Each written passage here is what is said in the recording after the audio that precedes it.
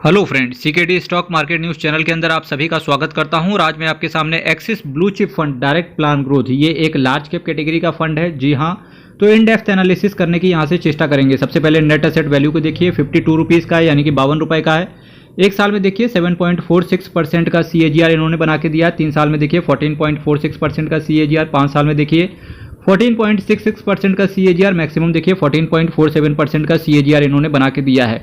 यानी कि over the period of time देखेंगे तो एक कंसिस्टेंसी के साथ इन्होंने रिटर्न प्रोवाइड करके दिया है। देखिए, अगर आपका दिल कमज़ोर है, अगर आपके पास ऐसा दिल है कि भाई हम 3-4% नीचे देख ही नहीं सकते, तब आप इस कैटेगरी के म्यूचुअल फंड में रुक सकते हैं, क्योंकि आपको ये नेगेटिव रिटर्न नहीं दिखाएगा over the period of time. At least कुछ ना कुछ पॉकेट में डाल के जा पाएगा।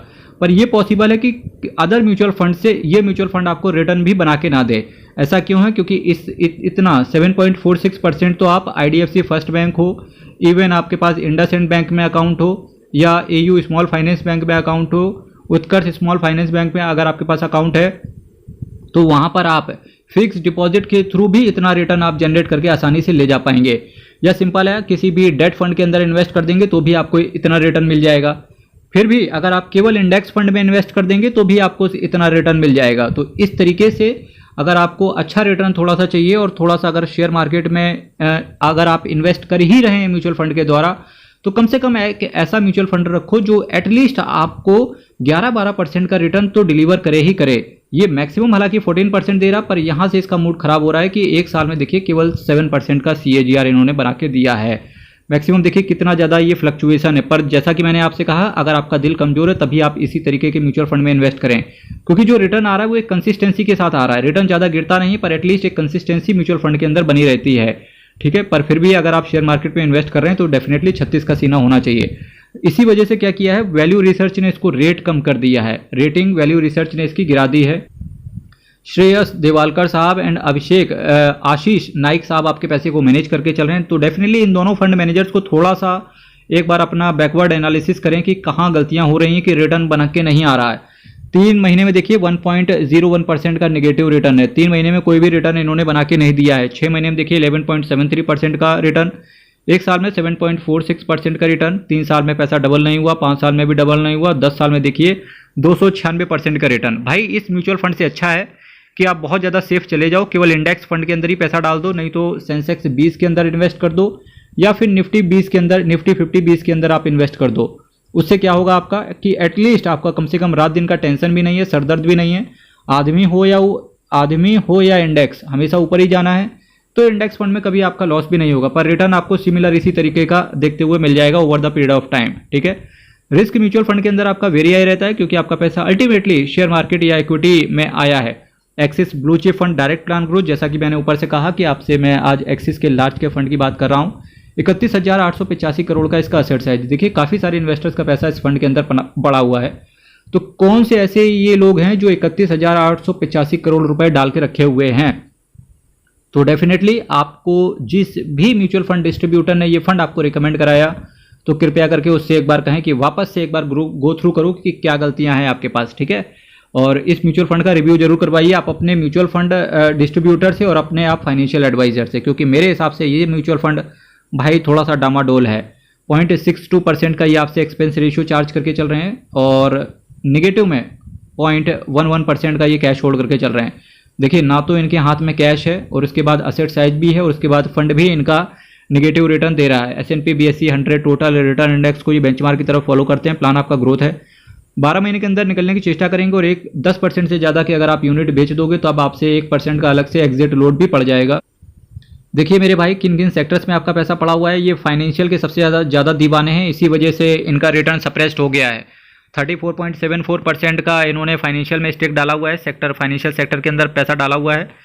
और देखिए, अगर फाइनेंशियल के अंदर पैसा है तो ये पक्का 3-4 बैंक होंगे, पक्का दीवाने होंगे, ICICI बैंक के, HDFC बैंक के, है ना। और नो डाउट कि हो सकता है एक्सिस बैंक भी हो, क्या ही बताएं। Technology, automobile services, construction, consumer staples, energy, material, health care, communication, consumer discretionary, chemical, capital goods, insurance, metals and mining, ये कुछ सेक्टर हैं जहां पर आपका पैसा पड़ा हुआ है। बात करेंगे ICICI bank, HDFC bank, Bajaj finance, ICICI और HDFC टॉप पर है, हालांकि एक्सिस बैंक नहीं आया। Bajaj finance, Avenue supermart, TCS, Reliance industries, Infosys, L&T, Mahindra and Mahindra, UltraTech cement, बहुत ही भारी भरकम इन्होंने शेयर रखे हुए हैं अपने पोर्टफोलियो के अंदर। बहुत ही ज़्यादा प्रीमियम। इसी वजह से कहते हैं ये सारी कंपनियां बहुत ही ज़्यादा प्रीमियम है और अपनी कैटेगरी में टॉप पर हैं। इस तरीके से इनको बोलते हैं, क्या बोलते हैं, मोटा हाथी। तो ना तो ये चलेंगे ना तो ये बढ़ेंगे, पर हाँ इनको कोई गिरा भी नहीं सकता।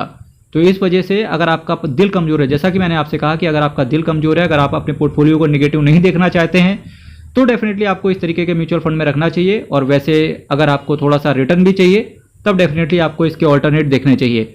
अब क्या होगा सीकेडी जी, क्या ये म्यूचुअल फंड खराब है? ऐसा नहीं बोल सकते, क्योंकि कभी भी असेट मैनेजमेंट कंपनी खराब नहीं होती, खराब होते हैं उसके फंड मैनेजर्स।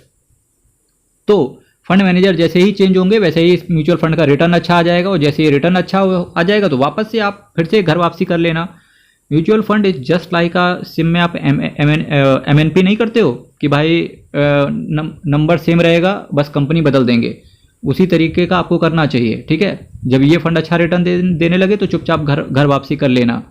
अल्ट्राटेक सीमेंट, भारतीय Airtel, Tata Motors, Titan company, Nestle India, ये बात कर रहा हूँ किन किन शेयर्स में आपका पैसा पड़ा हुआ है।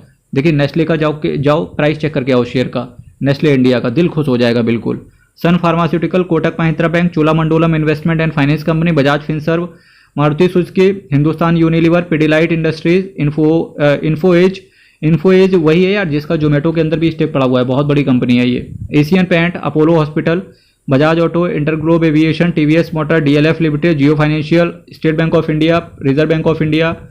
और देखिए रिजर्व बैंक ऑफ इंडिया के 0.84% का है और इंडेक्स में पैसा भी नहीं पड़ा है। Zomato limited, Godrej consumer, Indian hotels, Tata consumer product, ABB India, siemens limited और एक्सिस का ये पड़ा हुआ है। देखिए इंडेक्स में भी थोड़ा सा पैसा पड़ा हुआ है। एक्सिस का निफ्टी 50 ETF में पैसा पड़ा हुआ है। Divis Laboratories, PI Industries, ICICI Prudential Life Insurance Company और सिप्ला लिमिटेड जैसे कुछ दिग्गज शेयर्स के अंदर आपका पैसा पड़ा हुआ है। हालांकि मैंने आपसे कहा कि एक्सिस जो असेट मैनेजमेंट कंपनी है, पास्ट में बहुत अच्छा रिटर्न इन्होंने बना के दिया है। फिलहाल ये पिछले 1-1.5 साल से अच्छा रिटर्न बना के नहीं दे रहे हैं। शायद ये गलती है फंड मैनेजर की, क्योंकि श्रेयस दिवालकर जब से इस फंड के अंदर जुड़े हुए हैं तब से ये म्यूचुअल फंड बहुत ज़्यादा, मतलब आप लग रहा है कि सीरियस नहीं ले रहा है ये म्यूचुअल फंड, ठीक है। फिर भी देखते हैं किस तरीके से आगे काम करेगा आने वाले समय में। हालांकि एक्सिस असेट मैनेजमेंट कंपनी को तो मैं पर्सनली जानता हूँ मेरे भाई, बहुत अच्छा इन्होंने पास्ट में रिटर्न अपने इन्वेस्टर्स को डिलीवर करके दिया है। 2,48,742 करोड़ का असेट अंडर मैनेजमेंट भी ये दिखा रहा है कि काफ़ी सारे इन्वेस्टर्स का भरोसा भी है। 205 स्कीम को ये मैनेज करके चल रहे हैं। मेरे भाई चैनल को सब्सक्राइब कीजिएगा, वीडियो को लाइक कीजिएगा। हर हर महादेव, अयप्पा शरणम, हरि शरणम। बहुत बहुत धन्यवाद।